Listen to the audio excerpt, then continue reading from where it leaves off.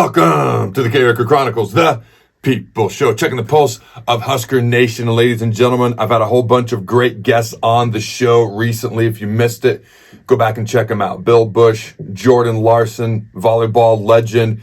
I gave out my prediction as to whether Nebraska is going to go to a bowl game. Final win-loss record prediction. Had some fun with the last half of Nebraska's schedule. I have another phenomenal guest for today I'm excited about. Real quick, before I bring him on, if you support the Fro, smash the like button. Now, real quick, a little bit about our guest. All right, he's Nebraska's all-time career receptions record holder and the Huskers' career receiving yards record holder as well. He led Nebraska in receptions all 4 years of his career, and he's a two-time first-team All-Big Ten performer. Mr. Kenny Bell, how you doing, my friend? Hey, Adam, appreciate you having me, brother. I appreciate you taking the time. Now, it's interesting. I went back, did some recon on your career, and I was checking out some of the guys that you played with. Now, you played with some big-name guys, some guys who I got to know. There's some characters in this bunch. I'm just going to list a few. All right, you got Roy Halou, Prince Amukamara, Taylor Martinez, Rex Burkhead, Amir Abdullah, Tommy Armstrong, Will Compton, Levante David. Obviously, there's others, but I'm curious, okay? Out of that group, okay, does anybody in particular stick out to you as just being, extra fun to be around? Maybe there's some extra stories. And what was it like being in a locker room with a bunch of those guys as well, a lot of them at the same time? Yeah, no doubt. As far as particular stories, I might have to keep those PG. Yeah. Can't out too many of my boys there. But I think when people ask me, do I miss playing Husker football? I always say yes, but not for what people would think, right? I don't necessarily miss the game days and all the preparation. I think a lot of people don't understand how stressful and nuanced all that is. Yep. I think what I definitely miss the most is being around the guys, right? I think when you're that age, it's the biggest difference between college and professional is, you're living every single day with those guys in the locker room with you. You're literally growing up together every single day. And when you get to the league, it's just guys have families and everybody's different ages. It's a lot different. So those relationships that you build over those 4 or 5 years are really lifelong. And you see it with me today when I see all the guys that I got to play with on the sidelines or out about. I love those guys. So I'm going to ask you about one guy in particular, and he's pretty much out there on social media with just about everything anyways, which is why I'm going to ask about him. But that's Will Compton. I got to ask, what was he really like back in college? Compton is exactly what he was like now that he was like in college. It's perfectly fitting that Compton is doing exactly what he's doing right now because it was only a matter of time. Knowing him, 10 years ago, it was only a matter of time, especially with the influence that the Barstool guys have and just kind of the culture of having fun and talking ball. I think it fits Compton perfectly. All right. Now, are there any particular games that you played in that you maybe remember the most, or do you have a favorite Husker memory from your playing days? Yeah, my favorite Husker memory is definitely the Team Jack run at the spring game. That was a powerful moment that really gave us lasting relationships outside of football with the Team Jack Foundation. But my favorite game that I played in would probably have to be the 2014 Miami game, right? When we had the 0-1 team back and we put a beating on the Hurricanes. And it was that night was a special night for all of us within the program, but also a special night within Memorial Stadium. I had never really heard in my 4.5 years already playing there. That was a special night in Memorial. All right, I got to ask, and I'm a guy that played for Pelini. He was a D coordinator my redshirt freshman year, so I played for Pelini, obviously got to know him as a player as well. But what was it like playing for Bo Pelini? I'll just start with that. I got a follow-up question, but what was it like playing for Bo? Is there anything that sticks out to you? Yeah, for me, it was the most formative years of my life, right? I got nothing but love and respect for Bo. It was definitely a trying time. There was not, you couldn't show up and not do your job, and that was every single day. Around our building at that time was very high, and Bo held everybody to that standard. And if you weren't doing your job, you weren't being held accountable, then you heard it. That's for sure, from not only Bo but from everyone within our program, and that's something that we took a lot of pride in. So I love Bo Pelini. To this day, I stay in touch with him. So yeah, I absolutely loved playing for him. He's the best coach I ever had. Man, it's interesting because I had the opportunity to interview Roy Halou this summer, Rex Burkhead, now you as well, obviously. There's some commonalities. Roy brought up the standard over and over in that interview. When I asked Rex about his favorite Husker memory, it was the Team Jack, the Jack Hoffman run in the spring game. So there's some commonalities that seem to be reoccurring, and that's a pretty cool thing to see. I got to ask this. I'm just going to throw it out there. Have fun with it, or however you want to handle it. Should Bo Pelini have been fired, and or where do you think Nebraska football would be now if he had not been fired? Absolutely not. Bo should not have been fired. I think there's a lot that went into that. At the time, Bo didn't necessarily fit what Nebraska football wanted to represent as far as culturally, I think, and that played a big influence in him getting fired. But I think where we would be at right now, that's hard to say, right? I think the bigger question would be like, where would we be at right now if we won in 2009, right? We won that 2009 Big 12 championship, then we won in 10, and we won the 2012 Big 10. I mean, where Nebraska would be at is on top of the world, right? Yeah. So I think that's hard to say because I think we didn't win big games, and I've got no shame in saying that, right? I know what happened, but in terms of having a 9-4 football coach, a 10-3 football coach, I think that's something that we would love to see, and I think that's where Matt Rhule is going to get us back to is competitive, and that's what I want out of Nebraska football, right? I think being world beaters year after year and having a dynasty of football in this culture and day and age of college football is very difficult.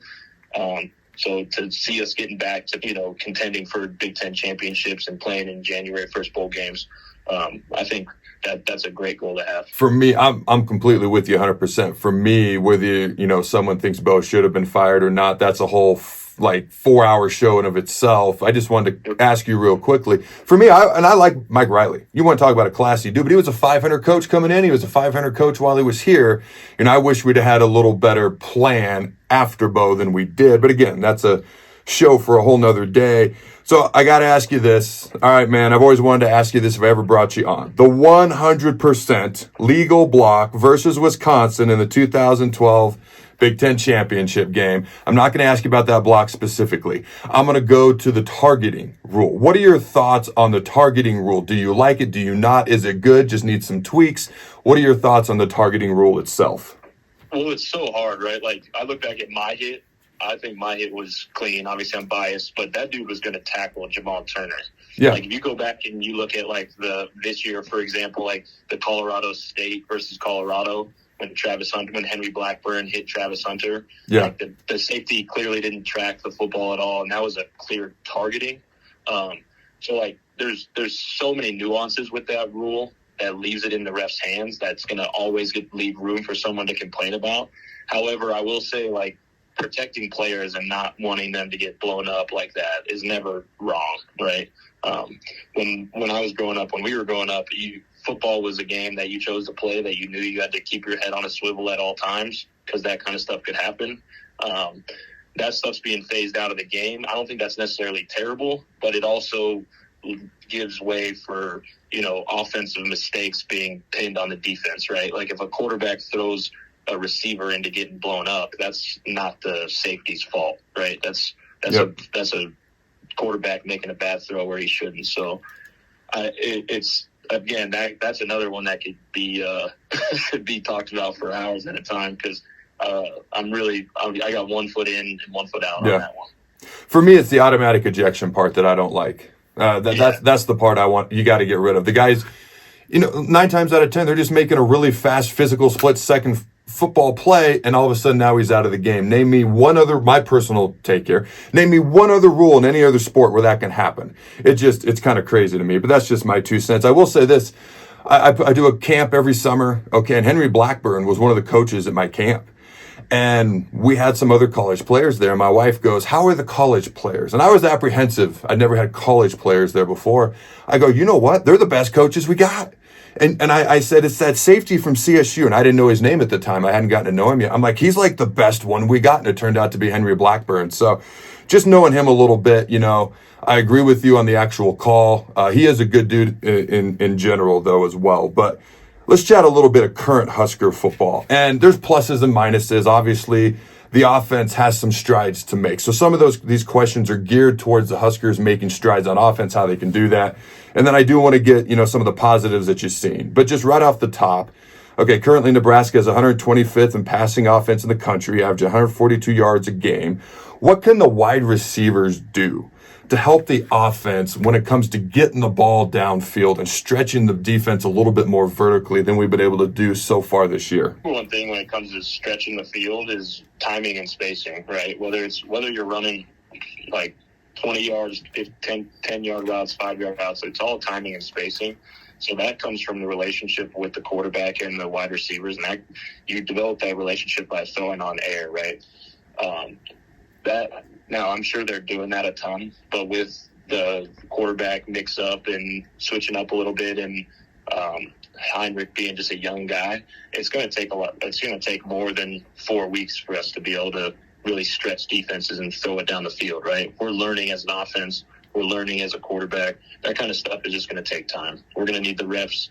But in terms of how can wideouts help us help the offense is you get with your quarterback and you work on timing. You work on your throws. You work on every single piece of your route tree, and you do it relentlessly. Yeah, and in fairness, Jeff Sims probably took a lot of those reps during the offseason, obviously, in camp coming into the year as well. So I'd imagine training camp was a lot of Jeff Sims with a lot of those guys. Yep. Not to mention injuries at running back is making those guys step up into roles as wide receivers that are going to get them more targets down the field. So that stuff's going to take time. It doesn't happen overnight. All right, just in general, talking about the offense in general, the Huskers are 102nd in the country. All right, when it comes to yards per game at 342 per contest, 19 points per game, which is 120th in the country is what they're averaging. In your opinion, what's the biggest key from what you've seen so far this year to Nebraska moving the ball just a little bit more consistently and in turn end up scoring more points? Yeah, we played Big Ten football, right? So it's going to be a rock fight for the most part every single Saturday. And especially this past week, like with with Illinois on the road. Those kind of games are not always going to be really pretty. And a matter of fact, very few of them are. Ask anybody in the Big Ten. They're going to be rock fights. So the way you win those is up front. Your front seven on both sides of the ball are going to win you football games in the Big Ten West or in the Big Ten in general. So when we can start winning the line of scrimmage, we will start winning football games consistently, because I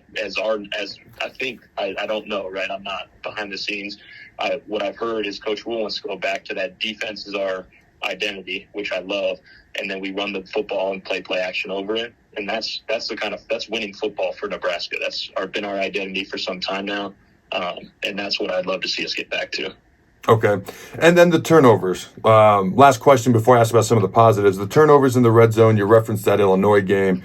Okay, obviously made that game much more interesting than it should have been. There's been turnover issues throughout the year. What's the biggest key from an offensive guy's perspective when it comes to taking care of the football? That comes from just winning culture in football, right? It's hard to understand or to describe what winning football means. But that kind of stuff is winning football, right? Protecting the rock when it means the most and going down and finishing drives to put teams away. That's when you start to separate yourself from a decent football to a good football team to a great football team, right? The only reason, a good example is people are complaining right now, like the Kansas City Chiefs are getting calls that are letting them win games. The only reason that's a real problem for people is because they're seeing Kansas City finish those games, right, and win them. If Kansas City wasn't doing that, finishing those games and winning them, no one would care. So that kind of stuff is just winning football and understanding how to put teams away and what it takes to put teams away at certain moments of the football game. All right, man, talk to me about some of the things that the offense has done well, some of the positives you've seen from Nebraska's offense so far this year. I love the fight. There's no back down in a lot of the guys on the offensive line and in our backfield. I think number 10 is an incredible athlete. You talk about some of the plays that I've watched him make carrying the ball. Now, he needs to make better decisions, pitching it and where to throw it. But he's young, right? Again, that's not gonna happen overnight. Don't get with him and start teaching him where the ball needs to go and when it needs to go there. But in terms of raw athletic ability, you stick Heinrich in there for a full year under center and give him entire games against teams like defenses like Michigan and Penn State, and that young man is going to he's going to be a stud. I truly believe that. All right, man. Last question I got for you. How long, and to me, Nebraska truly competing at a high level again, to me, that means being in the conversation to compete for championships. You know, the West Division is going to be gone next year, so I would have started with the West Division, although it's so insanely crazy this year. We're not out of the conversation there yet either, even though we don't even know if we're going to a bowl game yet. But just in general, like competing for the Big Ten championship, how long, just being in that conversation, how long before you think Nebraska can truly compete again more often than not? I mean, Adam, I wish it was 2012, like when I was in school, and I could say, well, we'll develop the in-house talent in the next 2 years, we'll be competing. But with the NIL and the transfer portal and these new rules in college football, I mean, I have no idea, right? Who we could have a completely different team next year compared to this year, for better or for worse. So I wish I knew. What I do know is that I have a lot of faith in Coach Rule and Trev Alberts, obviously, and everything that they've got going on over there. So I'm excited to see how it unfolds. But as far as giving a date, I think these new NIL rules and transfer portal stuff is really doing a number on college football. So it's tough to say. Yeah, I don't think rules operates this way, but you've seen what Dion has done. You've seen what they've done other places. Louisville, I mean, they brought in like 50-some transfers or whatever, and they're having success with it. Coach Jeff Brom there, so congrats to him. But, you know, a lot of times these teams are completely different from year to year. But I got some questions for the fine folks at home. Hit me up in the comments below. Let me know. Facebook, Twitter, YouTube. All right. Is the targeting rule the worst rule in all of football? All right. Number 2, what is your favorite play from Kenny Bell's career if you were fortunate enough to watch him play for the Big Red? And just a simple yes or no. All right, it's game week, ladies and gentlemen. Will Nebraska beat Northwestern? And if they do, they're going to have a winning record. Let me know in the comments below. And as always, all your football hopes and dreams will come true at CarrikerChronicles.com. I want to thank Kenny for taking the time to join me. Thank you, my man. Until next time, Husker Nation, go Big Red. And always remember to throw the ball.